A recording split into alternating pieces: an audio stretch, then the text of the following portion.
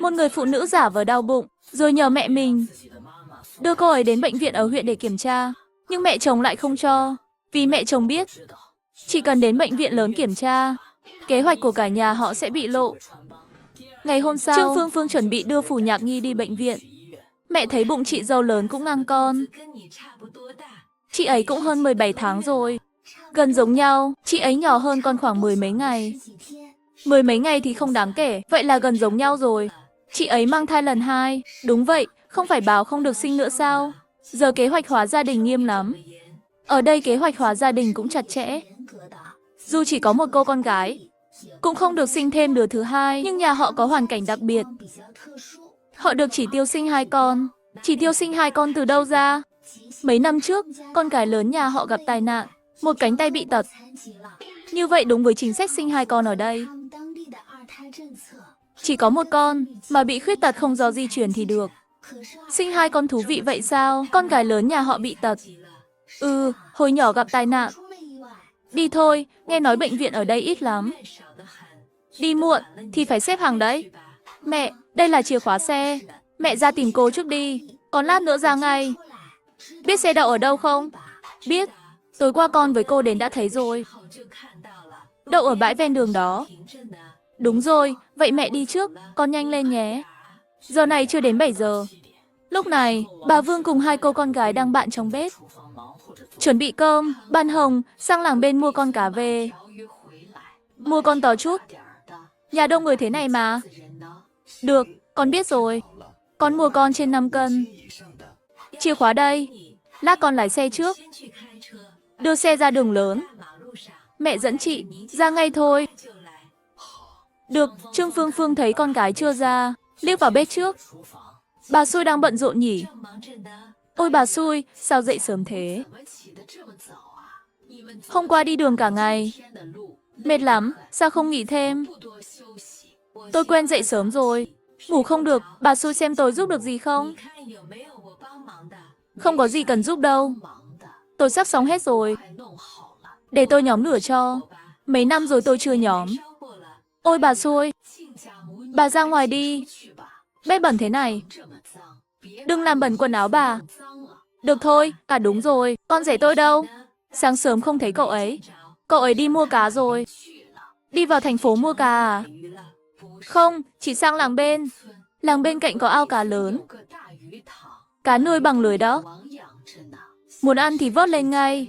Thế thì tốt quá. Tươi ngon là chắc chắn rồi. Ở quê thích nhất là muốn ăn gì cũng tươi ngon nhất. Rất hợp để bà bầu dưỡng thai. Đúng vậy thật. Tôi thấy em gái tôi béo lên kha khá đấy. Phù Nhạc Nhi cuối cùng cũng ra. Mẹ, chị bạn Hồng đâu? Bà nội bảo chị ấy đi mua cá rồi. Tôi thấy chưa về được. Hay là mình tự đi thôi. Đừng chờ chị ấy. Chị bạn Hồng không đi thì thôi. Nhưng vẫn nên nói với bà nội một tiếng. Bà đang nấu ăn. 3 người mình đột nhiên biến mất. Bà sẽ nghĩ sao đây? Con nói cũng đúng. Con đợi chút. Mẹ vào nói với bà nội một tiếng. Bà Xui, bạn Hồng bao giờ về vậy? Chắc phải đợi một lúc. Bảo là làng bên. Nhưng thực ra cách mấy dặm đường đấy. Bà Xui có việc gì gấp sao? À, tôi thì không có gì. Chủ yếu là em gái. Nó bảo bụng không. Tôi định đưa nó lên bệnh viện xem sao. Muốn rủ con rể đi cùng. Chúng tôi không quen đường ở đây. Có cậu ấy thì tiện hơn. Ai ngờ cậu ấy lại không có nhà. Chẳng biết bao giờ mới về. Em gái bị sao vậy? Tôi không rõ. Phải đến bệnh viện khám mới biết. Bà Xui, bà xem giờ phải làm sao đây? Hay đợi bạn Hồng về rồi tính? Sao đợi được chứ? Lỡ có chuyện gì thì biết làm sao? Bà Xui, hay là bà đi cùng chúng tôi nhé? Đã muốn tôi đi cùng.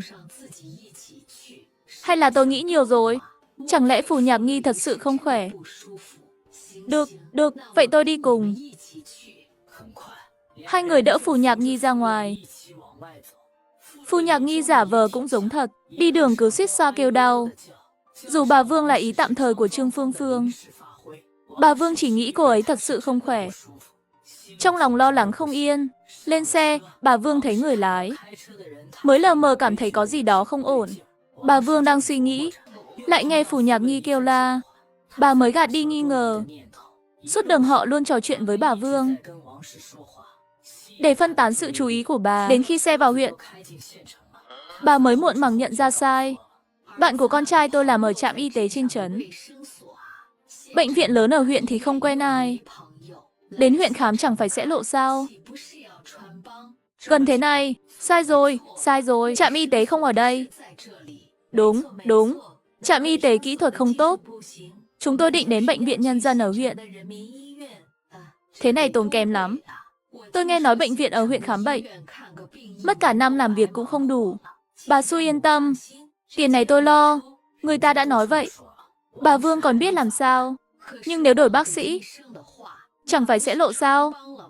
À không đúng, bà Xu chẳng phải nói em gái không khỏe sao? Lần này chắc là thật. Thì đâu có chuyện lộ. Nghĩ vậy, bà Vương lại yên tâm. Xe nhanh chóng đến bệnh viện.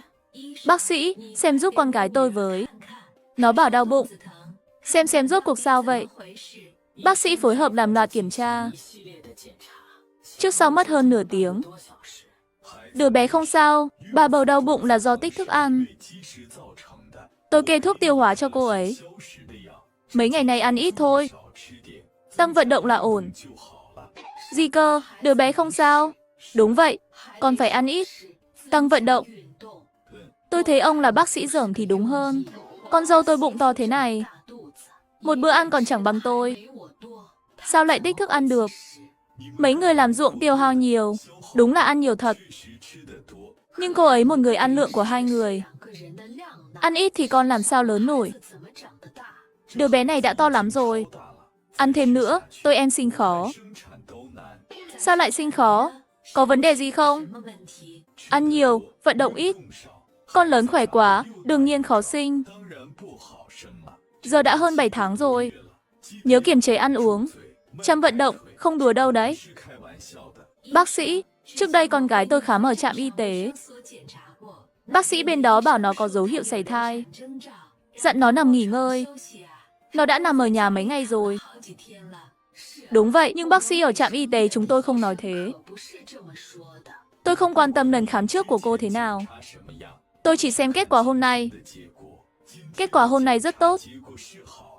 Đứa bé hơi lớn. Mấy tháng tới nhớ ăn ít, vận động nhiều. Không được nằm yên một chỗ nữa. Cảm ơn bác sĩ nhiều lắm.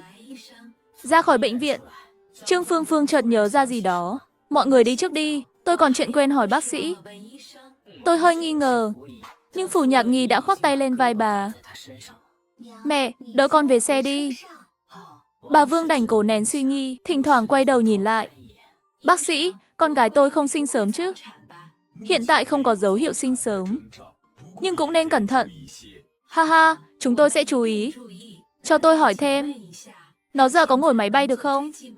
Ngồi máy bay thì tốt nhất đừng. Chúng tôi ở Nam Thành. Mùa hè nóng quá, con gái tôi mới qua đây tránh nóng. Giờ Nam Thành mát rồi. Chúng tôi định về. Vậy thì cũng được. Nếu về thì đi trong vài ngày này. Nhanh lên, qua 8 tháng là không được đâu. Cảm ơn lắm. Bác sĩ, cảm ơn anh nhé. Một người đàn ông nhập nhà giàu, giờ vợ mang thai con gái. Nhưng anh ta muốn đem đứa con gái trong bụng vợ, đổi lấy đứa con trai trong bụng chị dâu. Ra khỏi bệnh viện, cả nhà cùng về. Bàn Hồng đã đợi sẵn bên đường. Thấy xe dừng lại, anh vội chạy tới. Vợ sao rồi? Không có gì lớn, chỉ ăn nhiều quá, bị tích thức ăn thôi. Bác sĩ kê thuốc tiêu hóa. Bàn Hồng nhìn sang mẹ mình. Bà Vương khẽ gật đầu với anh. Anh mới yên tâm. Không sao là tốt rồi. Vợ ơi, em làm anh sợ chết khiếp. Em không sao, về nhà rồi nói tiếp. Hôm nay anh mua con cá 5 cân. Lát nấu canh đầu cá cho em ăn nhiều vào. Em cũng muốn ăn lắm. Nhưng bác sĩ bảo em ăn ít thôi. Sao vậy? Bác sĩ bảo em ăn nhiều. Con lớn quá rồi. Sợ sau này khó sinh. Lúc này bạn Hồng vẫn chưa biết. Họ đã đi khám ở bệnh viện nhân dân huyện. Còn thế lạ. Bạn anh nói thế là ý gì? Nhưng anh không nghĩ nhiều. Đỡ Phủ Nhạc Nghi về trước. Sau bữa cơm, Trương Phương Phương đỡ Phù Nhạc Nhi đi dạo. Con dâu, đừng mệt quá. Về nằm nghỉ đi. Hôm nay đi khám rồi. Bác sĩ bảo con khỏe rồi. Giờ con phải ăn ít. Vận động nhiều, phải đi bộ. Mẹ, đưa con đi dạo quanh làng nhé. Bên này, bà Vương định mai mối bản Tiểu Hoa với Phù Hoài Nghi. Chàng trai, cổ trấn nhà cô nổi tiếng lắm. Cháu hiếm khi đến đây. Ra ngoài dạo chơi đi. Phù Hoài Nghi định từ chối. Bà Vương lại nói, lát để Tiểu Hoa dẫn cháu đi giới thiệu. Cháu mua ít đặc sản mang về. Phù Hoài Nghi nghĩ mình đi mà không nói tiếng nào. Không biết Giao Giao có tìm mình không? Liệu có lo không? Phải gọi điện về cho cô ấy. Tiện thể xem cổ trấn có gì hay. Mang về cho cô ấy. Được, vậy phiền cô rồi. Bà Vương trong lòng mừng thầm. Đợi họ đi rồi. Bàn Hồng bước tới. Làm gì mà lén lén lút lút vậy? Tiêu Nhất bảo bác sĩ nói phải ăn ít. Vận động nhiều tí là sao? Ý là bảo cô ấy ăn ít lại, vận động nhiều lên. Sao anh ta nói vậy? Tôi bảo anh ta là em gái phải nằm nghỉ. Không được đi đường dài. Kẻo cô ấy đòi về. Không phải tìm bạn anh sao? Gì mà không tìm bạn anh? Thế tìm ai? Bệnh viện Nhân dân huyện. Bác sĩ đó tôi cũng không quen. Thế có lộ không? Lộ thế nào được? Bác sĩ bảo không quan tâm kết quả lần trước. Lần này tốt là được. Sao anh không ngăn? Đáng ra phải đưa lên trần mới đúng. Mày nói chuyện, không để ý. Đến khi tôi kịp phản ứng, xe đã vào huyện rồi. Trời ơi, anh cũng thật là... Thế này thì xong. Cô ấy biết mình không sao. Cứ đòi về với họ. Thì làm sao? Còn làm sao nữa? Nếu cô ấy nhất quyết đi. Tôi nói anh nghe. Đừng cản cô ấy. Ý gì vậy? Tôi cứ thấy chuyện này không ổn. Sao lại không ổn? Mẹ vợ đến thăm thì thôi. Nhưng thằng Phù Hoài Nghi này cứ lạ lạ. Không cản thì không sao. Nếu cố cản không cho họ về, họ sẽ nghi ngờ. Thế phải làm sao? Cô ấy phải ở lại đây sinh. Nhờ bạn anh giúp. Chuyện của chúng ta mới thành. Bàn Hồng thật ra không muốn đổi đứa con của mình. Dù trong bụng Phù Nhạc Nghi là con gái, cũng là con gái ruột của tôi. Con gái mà nuôi ở chỗ này, ai cũng đoán được tương lai thế nào. Cháu gái lớn của tôi là ví dụ sống động. Tay bị gãy, họ mới có chỉ tiêu sinh 2. Sao lại trùng hợp vậy? Thôi không được thì bỏ qua vậy. Con gái cũng là con gái tôi. Ở nhà họ, con gái vẫn được thừa kế. Anh nói bậy gì vậy? Con gái sao giống được? Chẳng lẽ để nó lớn lên như Phù Nhạc Nghi kêu rể về nhà? Thế chẳng tốt sao? Tốt cái gì? Rể về nhà thế nào anh chẳng biết. Tâm tư nhà rể về nhà ai mà không rõ. Nhà mình còn tính là tốt. Mẹ anh vẫn là người có lương tâm. Nếu không có lương tâm thì sao? Nếu mẹ anh mà ác, thì để cô ấy gặp chuyện trong phòng sinh. Tốt nhất làm bố mẹ cô ấy đau lòng theo luôn. Đứa con là gốc rễ duy nhất của nhà họ. Anh là bố ruột. Của cải tự nhiên về tay nhà mình. Anh thấy đúng không? Bàn Hồng giật mình, vội bịt miệng bà. Mẹ ơi, may mà mẹ có lương tâm. Không thật sự làm vậy. Nhà họ giàu có, quyền thế. Sao để nhà mình chiếm lợi được? Nếu thật sự làm thế, sau này họ mang con đi, đá tôi một phát, cả đời không cho tôi gặp con. Đó là còn có lương tâm. Nếu không có lương tâm, biết đâu bắt tôi đền mạng. Bà Vương nghe xong, giật mình thon thót. Vì bà từng nghĩ vậy thật. Nhưng sau đó, thấy làm vậy quá thất đức. Hơn nữa Phù Nhạc Nghi đối với tôi khá rộng rãi. Tôi mới bỏ ý định. Anh yên tâm, vợ anh đối với tôi không tệ. Tôi không phải người vô lương tâm. Dơ cứ nói thế này, nếu họ thật sự muốn về, đổi con kiểu gì? Không được thì thôi vậy. Thế thì chẳng phải bắt buộc đổi sao? Nhưng con gái tôi ở lại đây tội lắm. Chị dâu anh có sữa cho nó bú. Mẹ sẽ chăm sóc thật tốt. Anh còn lo gì nữa? Chính vì mẹ chăm tôi mới không yên tâm. Nếu thật sự không được, đợi nó lớn chút, mẹ sẽ bảo anh cả chị dâu không nuôi nổi hai đứa. Để anh mang con về Nam Thành nuôi. Thế thì tốt, con không cần về bên anh nữa. Nghe vậy hình như cũng ổn. Nếu cô ấy ở lại đây thì thôi. Con về thì chẳng đổi được. Tôi phải đổi con. Trời ơi, được không? Nếu họ nghi ngờ, đừng nói đến đổi. Giữ cuộc sống hiện tại cũng khó. Tôi không đùa với anh đâu. Thằng Phu hoài nghi qua đây chắc chắn có gì lạ. Biết đâu họ đã bắt đầu nghi rồi. Tôi nói anh nghe, ngàn vạn lần không được để lộ. Ban Hồng nói mãi mới thuyết phục được mẹ. Bà Vương không cam lòng chút nào, nhưng lại muốn giữ cuộc sống no đủ hiện tại. Không dám hành động bừa bãi. Bên này, Phu hoài nghi đến cổ trấn gần đó. Thật sự tìm được vài món đồ nhỏ khá giá trị. Sau đó tìm chỗ gọi điện.